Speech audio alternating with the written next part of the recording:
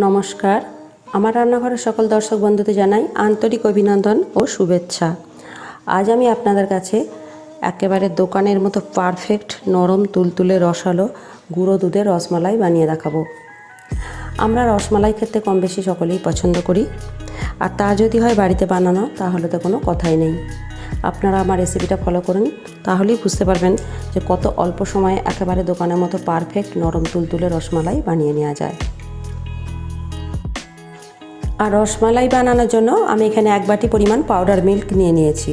এছাড়া রাবড়ি বানানোর জন্য আমি নিয়েছি এখানে প্রায় 3 টেবিল চামচ পরিমাণ চিনি নিয়েছি, 2 টেবিল চামচ পরিমাণ কনডেন্সড মিল্ক নিয়েছি, 1 টেবিল চামচ পরিমাণ এলাচি পাউডার নিয়েছি, এখানে আমি স্যাফরন নিয়েছি, আর আমি এখানে প্রায় 2 টেবিল চামচ পরিমাণ কিছু ড্রাই ফ্রুটস নিয়েছি।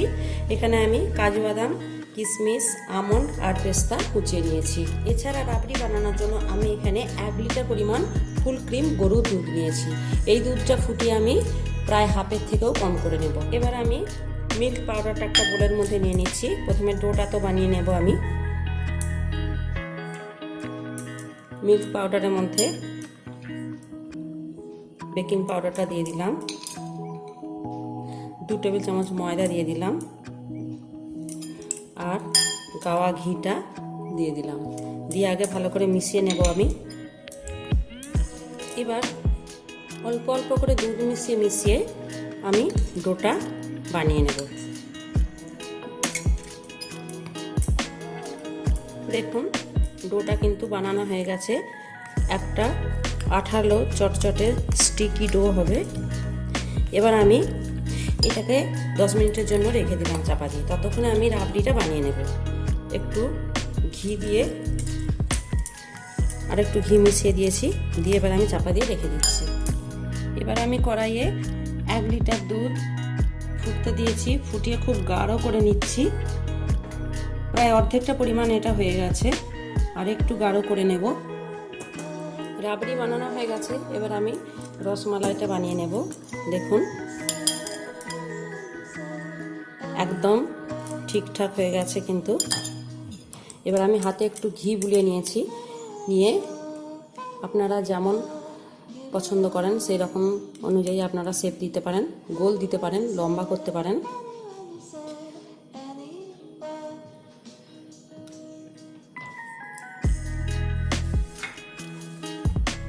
আমি একটু লম্বা লম্বা শেপ দিয়ে বানিয়ে নিচ্ছি রসমালাইগুলো।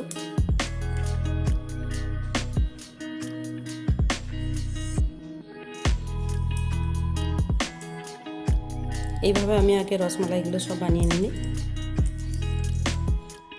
রসমালাইগুলো দেখুন আমি কিছু গোল আর কিছু লম্বা দুরকম শেপেই বানিয়ে নিয়েছি। রসমালাইগুলো আমি প্রায় সব ছেড়ে দিচ্ছি, দেয়া হয়ে গেছে। এবার আমি গ্যাসটা লো ফ্লেমে দিয়ে 7 থেকে 8 মিনিট আমি এগুলো ফোটাতে দেবো।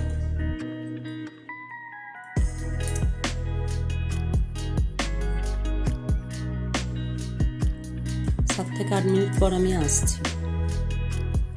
আমি একটু স্যাফরন ছড়িয়ে দিলাম, দিয়ে 10 মিনিট প্রায় 7-8 মিনিট পর আমি আসছি। প্রায় 8 থেকে 10 মিনিট পর আমি এলাম। দেখুন রসমালাই তো একদম তৈরি হয়ে গেছে, আর ফুলে এগুলো বড় হয়ে দেখুন প্রায় দ্বিগুণ হয়ে গেছে, আর রাবড়িটাও কিন্তু খুব গাঢ় হয়ে গেছে। এবার আমি গ্যাসটা বন্ধ করে দেব, দিয়ে আমি ঠান্ডা করে নেব। একদম তৈরি হয়ে গেছে। দেখুন অসাধারণ স্বাদের তৈরি রসমালাই, কতটা সুন্দর দেখতে হয়েছে দেখুন। একদম তৈরি হয়ে গেছে আমার রেসিপি মিল্ক পাউডারের রসমালাই। আপনারা দেখলেন কত সহজে এই রেসিপি বানিয়ে নেওয়া যায়। আপনাদের যদি আমার এই রেসিপি ভালো লেগে থাকে তাহলে অবশ্যই আপনারা বাড়িতে বানান। কেমন হলো লাইক বা কমেন্টসের মাধ্যমে আমাকে জানান, আর শেয়ার করে অপরকে থাকার সুযোগ করে দিন। আর এরকমই সব অন্যান্য রেসিপি পাওয়ার জন্য আমার চ্যানেলকে সাবস্ক্রাইব করতে ভুলবেন না প্লিজ। চলুন আমি আসছি পরে আরও অনেক এরকমই অন্যান্য রেসিপি নিয়ে সাথে থাকুন। নমস্কার।